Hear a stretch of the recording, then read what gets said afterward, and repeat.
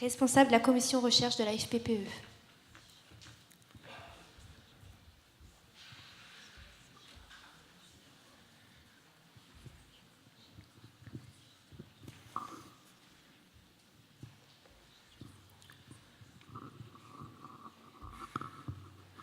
Donc bonjour à tous. La session recherche n'est pas que la session recherche. On va essayer de déjà faire un état des lieux sur ce qu'est la recherche paramédicale en 2019.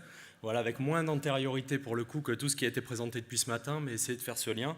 On voit depuis ce matin que les choses évoluent rapidement, elles évoluent en permanence, que les manipulateurs radio surtout peuvent s'inscrire pleinement dans une démarche d'innovation, de recherche perpétuelle, comme nous allons le voir avec cet état des lieux.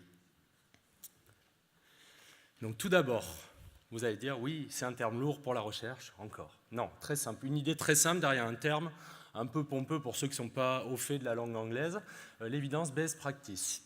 Donc l'evidence-based practice, c'est quoi? Ça apparaît dans l'evidence-based medicine dans les années 80. Au Canada, à la faculté de médecine McMaster, et au début, c'est seulement appliqué dans l'enseignement des médecins, dans la formation des étudiants en médecine.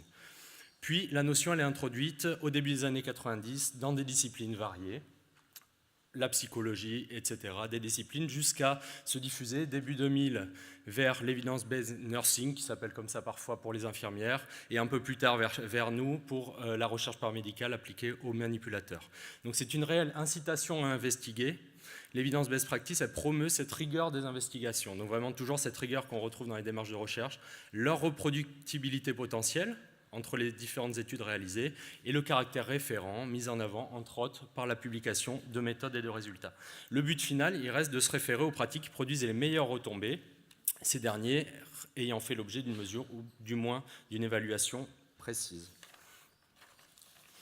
Donc l'evidence-based practice, c'est une véritable pratique basée sur des meilleures preuves disponibles. Et comme on peut le voir sur la diapositive suivante, les meilleures preuves, alors en recherche, on entend souvent que la littérature scientifique. Donc on se dit, oula, je vais m'engager dans une démarche de recherche, il va falloir que j'aille puiser, lire énormément d'articles, il n'y a pas que ça. Donc il y a évidemment, elle est située en premier, la meilleure preuve scientifique disponible qu'on va trouver dans la littérature scientifique, et ça reste quand même le cœur des choses. La meilleure preuve expérientielle disponible aussi potentiellement, issue des praticiens et de leur expertise, donc des manipulateurs radio dans leur pratique, avec leur antériorité de pratique, avec leur propre expérience.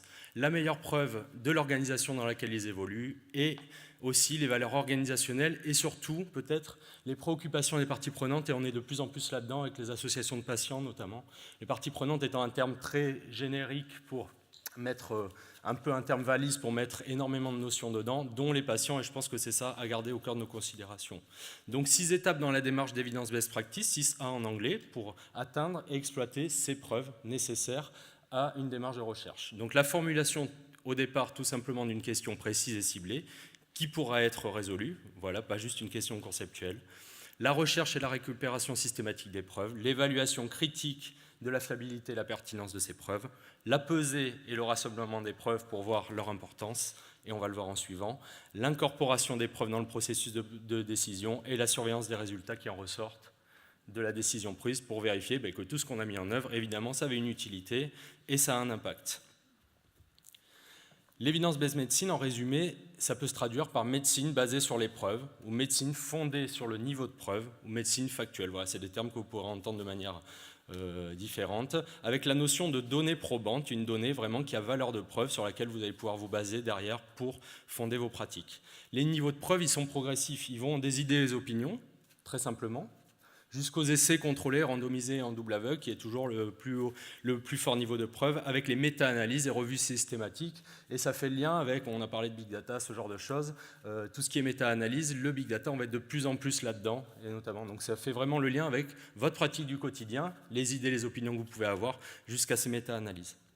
Donc l'évidence-based medicine, peut se décomposer en 4 étapes. Alors là, on évoque plus la littérature scientifique pour le coup, la formulation des problèmes médicaux, une question claire et précise, la recherche dans la littérature des articles les plus pertinents, en rapport évidemment avec la question posée pour ne pas se disperser non plus, l'évaluation de la fiabilité et de l'applicabilité des conclusions extraites, et enfin, comment on intègre ces conclusions et on les applique aux patients, et ça reste ça le cœur de la recherche. Donc la recherche paramédicale, c'est une activité qui relève de votre rôle propre et de vos compétences. dès 1997, dans le décret relatif aux actes professionnels à l'exercice de la profession de manip radio, on retrouve dans l'article 6 que le manipulateur d'électroradiologie médicale propose et organise différentes actions, notamment d'éducation, de recherche, ce dont on parle ici, de prévention, de dépistage, de formation et d'encadrement, où il y participe tout simplement.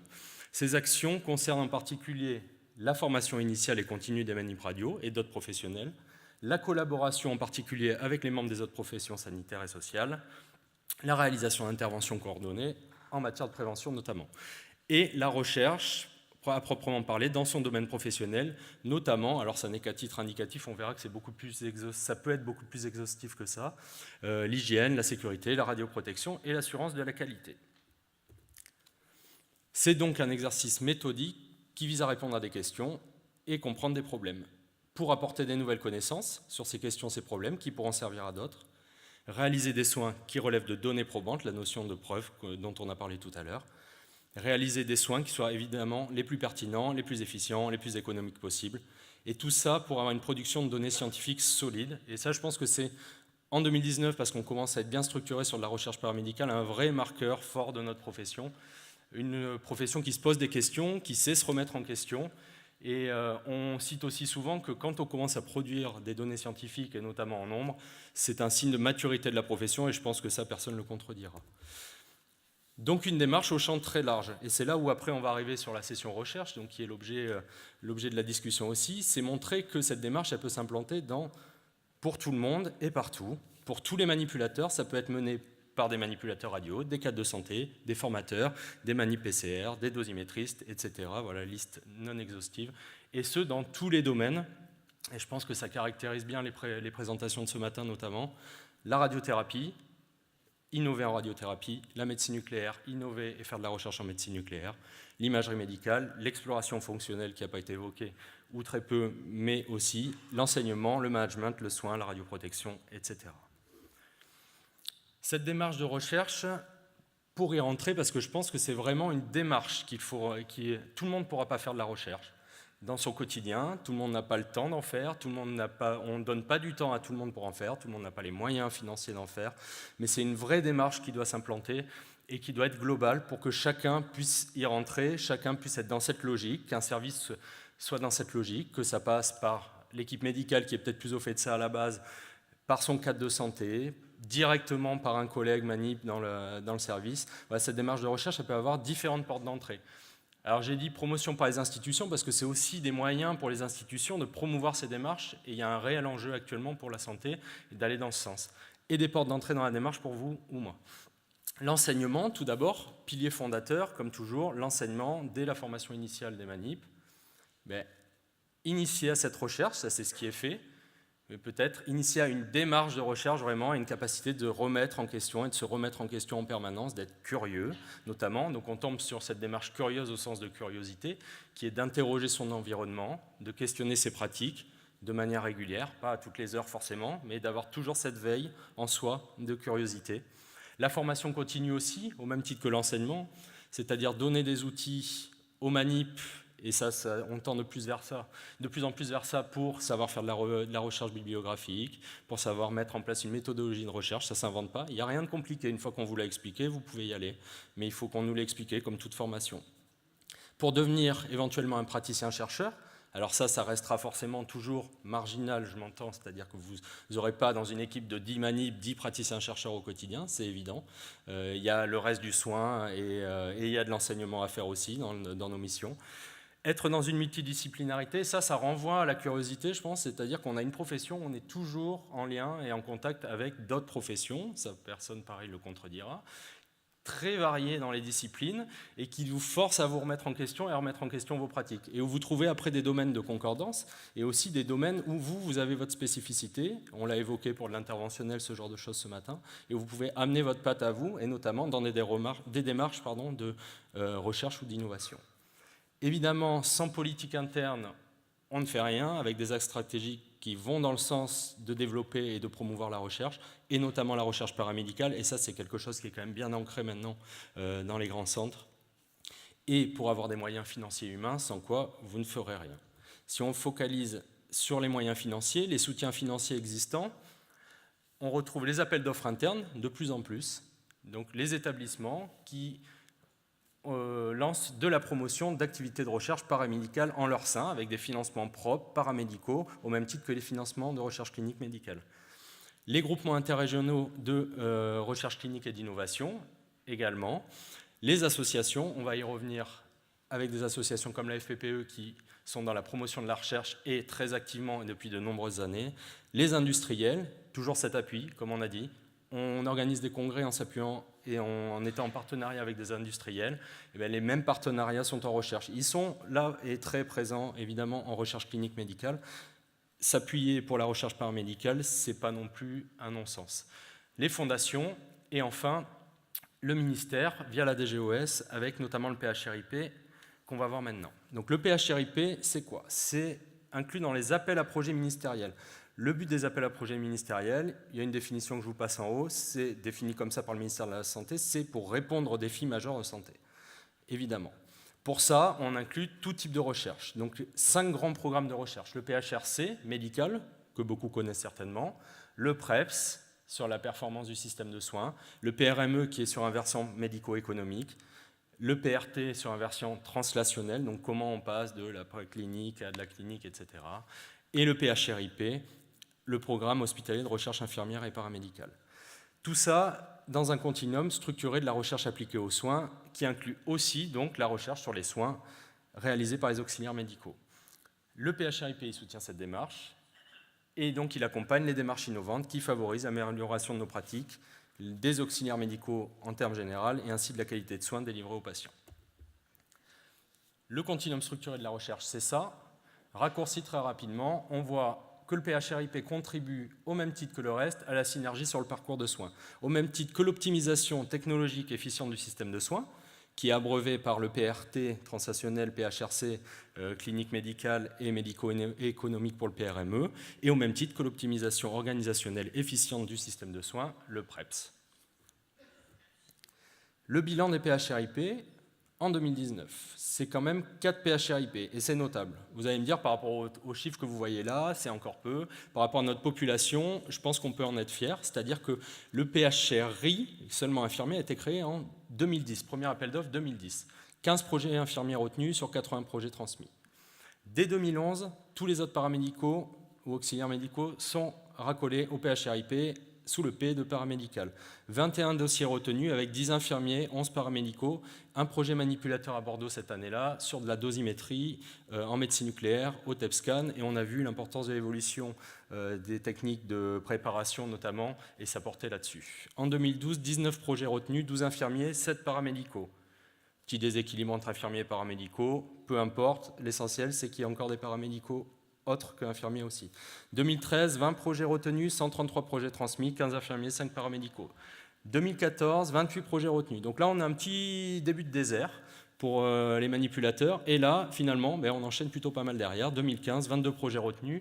Un projet manipulateur à Nancy sur du repérage préopératoire mammaire échographique associé à de l'hypnose. En 2016, 18 projets retenus, pas de projet manipulateur. En 2017, 14 projets retenus, un projet manipulateur sur de l'hypnose en interventionnel à Lyon. Et en 2018, sur 24 projets retenus, un projet manipulateur en médecine nucléaire qui porte en gros sur de la dosimétrie et de la qualité de préparation des doses technéciées. On l'a évoqué tout à l'heure, des soutiens associatifs. Le soutien le plus important, toujours, la FPPE, et qui promeut et qui encourage la recherche paramédicale depuis 2012 notamment, en association et avec un financement du prix SFR à FPPE, financé par la SFR, donc une volonté médicale de soutenir cette recherche paramédicale réellement. Et donc depuis 2012, 7 prix qui ont été remis, de nature très variée, et on pourra le revoir. Bourse recherche à FPPE, on y revient en détail en suivant. La première a été créée cette année, une vraie bourse qui va jusqu'à 25 000 €, valeur maximale, pour financer de la recherche. Et donc ça, un réel effort financier au niveau FPPE et une vraie volonté d'accompagner des projets structurés et d'ampleur importante. La session recherche, ce sera demain matin, toute la matinée. L'idée, c'est de vous faire des retours d'expérience, de montrer à tout le monde que c'est possible d'en faire quels que soient les secteurs, quelle que soit sa ville, quel que soit son domaine, sa discipline. Donc on aura des présentations multidisciplinaires, on va y revenir, des partages d'expériences. Le but, c'est d'avoir un lieu d'échange. Alors, il est cristallisé sous la forme d'une table ronde en 40 minutes en fin de session avec les intervenants et l'auditoire, mais des échanges tout le long de la session. Si entre-temps vous avez une question, on est plusieurs de la commission recherche à être sur le point rencontre qui est juste derrière les accueils en rentrant dans le palais des congrès. Voilà, s'il y a une question sur les prix, la bourse recherche, sur qu'est-ce que la recherche paramédicale si vous n'avez pas compris en 20 minutes, et ce qui peut se comprendre aussi, sur les perspectives, vous avez des exemples de questions aussi, de tous les prix recherche depuis 2012 et quelle a été leur démarche, leurs questions, la question qui se sont posées. Donc voilà, n'hésitez pas à venir, point important qui sera jusqu'à demain, fin du congrès. La session recherche, son but, montrer tous les périmètres de la recherche paramédicale pour les manipulateurs potentiellement. Enfin, tous, au moins 6. En étant dans une logique assez progressive de partir de l'enseignement, avec Marion Kokangandi, qui est une locale de l'étape, sur l'enseignement des incidences radiologiques, quelle perspective pour l'apprentissage par simulation, ensuite de la radioprotection au scanner en pédiatrie. Donc vous voyez, on balaye des choses très complètes, avec le projet Ectopic de Tom Skladanek de Bordeaux. Ensuite, un projet de recherche en radiothérapie, une étude pilote évaluant une méthode d'installation pour la stéréotaxie pulmonaire sous l'INAC, ça c'est Sophie Boisbouvier de Lyon. Après la pause, Vertim, une étude en imagerie médicale sur les salles d'attente par Marie-Pierre Loiseau-Audierac, cadre de santé de Bordeaux. Ensuite, le PHRIP 2018, Rachel Grignon, donc sur de la médecine nucléaire, on a dit de la dosimétrie et de la qualité de préparation, la mise en œuvre d'une étude clinique qui porte sur l'évaluation d'une nouvelle stratégie de préparation des pharmaceutiques. Elle vous en parlera mieux que moi, mais c'est l'histoire d'un automate de préparation. Et pour finir sur du management, avec Hôpital 3D, qui porte sur du management et notamment une logique de développement durable par Sabine Mallard, qui est cadre sur le CHU de Bordeaux. La table ronde, on l'a dit, 40 minutes d'échange, des grands thèmes, pas cloisonnants, mais pour essayer de diriger un tout petit peu les débats, très vaste, 40 minutes, ça risque d'être court. Déjà, comment, quand on a une idée, comment on continue? Quel soutien, vers qui on doit se tourner? Quelle coopération on doit avoir, qu'elle soit médicale, radiophysicien, radiopharmacien, etc., etc. Comment s'inscrire dans une démarche de recherche avec une gestion des priorités qui n'est pas forcément toujours dans ce sens, avec du temps qu'on n'a pas forcément aussi, donc voilà, débattre sur ça. Comment aller chercher des financements? On a vu qu'il y a plein de choses qui existent, mais comment ça se passe concrètement? Et en sollicitant les intervenants, on le comprendra un peu plus aussi. Et après, quand on a des résultats, le cœur de la chose qu'on a dit au tout début, comment les publier et comment les communiquer, parce que l'intérêt de mettre en œuvre tout ça, ça reste quand même d'aller diffuser à tout le monde et d'aller diffuser aux gens de la discipline spécifiquement, à la profession en général, et ça, la FPPE y contribue énormément, et d'aller communiquer aussi en langue anglaise pour être lu ailleurs et pouvoir avoir encore plus de retombées pour ces structures en termes financiers derrière. Et donc globalement, les atouts et freins dans le développement de la recherche paramédicale, voilà, j'espère que ce sera nourri d'échanges. Donc merci à vous, rendez-vous sur la session. J'ai pas fini, on va enchaîner sur une autre chose, mais j'espère vous voir nombreux. Salle Bayard, demain, il y a 90 places, donc vous êtes libre de venir, on vous attend. Voilà. Petit zoom du coup sur la bourse recherche, donc je ne l'ai pas détaillé volontairement tout à l'heure parce que c'est la première année où il y a la bourse recherche à FPPE. Je le décris, alors je vais être dans de la lecture, mais c'est ce que vous pouvez retrouver sur le site internet de la FPPE, ça décrit très bien ce qu'est la bourse recherche à FPPE. Donc elle soutient la recherche et l'innovation dans le domaine de soins afin de fournir de données nouvelles validées qui permettent d'améliorer nos pratiques professionnelles, bien évidemment.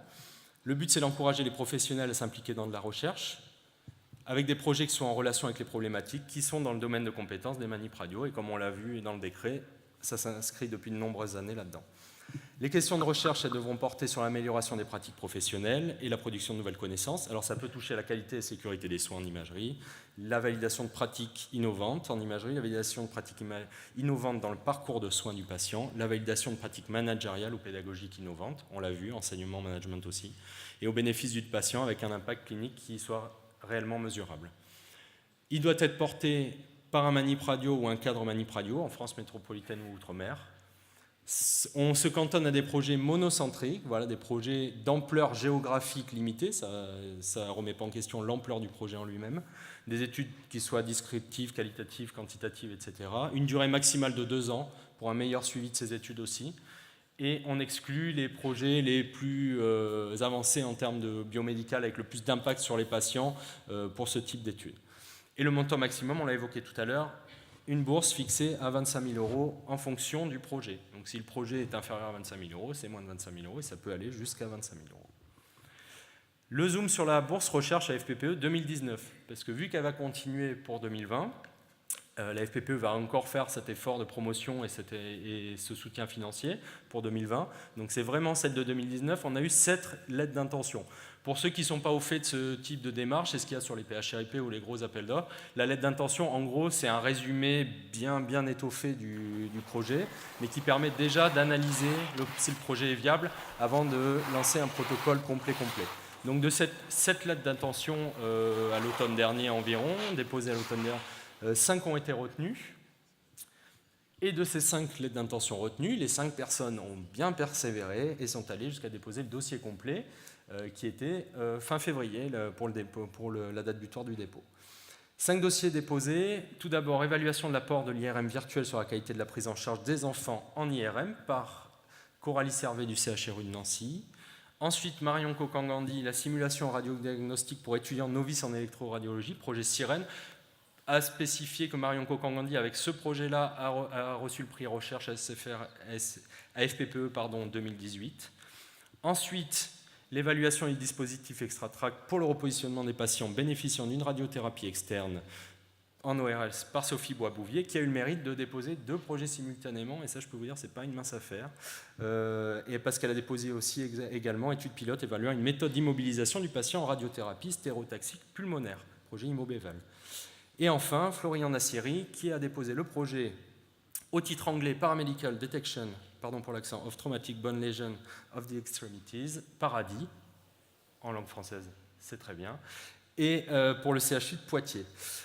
Moi, je suis responsable de la commission recherche. La commission recherche, elle est là pour accompagner la démarche de recherche. Elle est là pour aider à la démarche globalement, de la méthodologie, la relecture, de la recherche bibliographique, ce genre de choses. Elle n'est pas dans l'évaluation des prix ou des bourses. Pour ça, il y a un jury indépendant avec, pour la campagne 2019, 12 experts dont les avis ont été compilés par le collège scientifique et qui ont désigné un lauréat pour cette bourse. Et c'est ce lauréat qu'on va honorer maintenant, en lien avec l'un de ces 5 projets. Donc le lauréat pour la bourse que le président Fabien Voix va remettre, c'est Florian Nassiri, donc du CHU de Poitiers, pour le projet Paradis, Paramedical Detection of Traumatic Bone Lesion of Extremities. Et il va nous l'expliquer, il l'expliquera mieux que moi, il va nous l'expliquer en détail en suivant. Voilà, merci.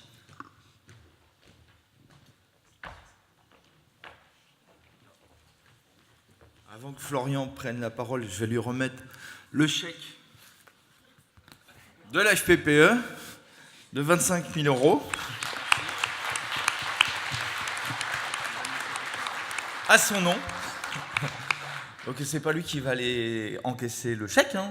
C'est la direction de la recherche qui pourra t'accompagner comme ça dans l'évolution de ta recherche. Et on va te laisser les quelques minutes pour que tu nous présentes en fait l'objet de ta recherche. On va faire une petite photo quand même pour le souvenir. Allez, je prends le bout du chèque. Très bien. Excusez-nous, ça prend un peu de temps.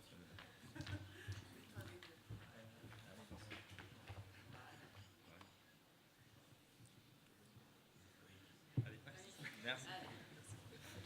Allez, Florian, regarde.